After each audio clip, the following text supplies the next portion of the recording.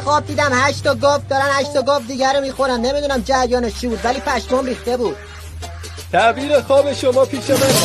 انت معلم واحنا منك نتعلم.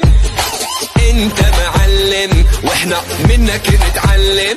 اون 8 تا گاو لاغر یعنی این که یکی رئیس جمهور میشه 8 سال بدبختمون میکنه. اون 8 تا گاو چاقم تعبیرش این میشه که ممکنه یکی هم رئیس جمهور بشه 8 سال کیف کنیم. پشمام آجی چه تعبیری بود. به جان داداش تعبیر خوابم همینی بود که تو گفتی.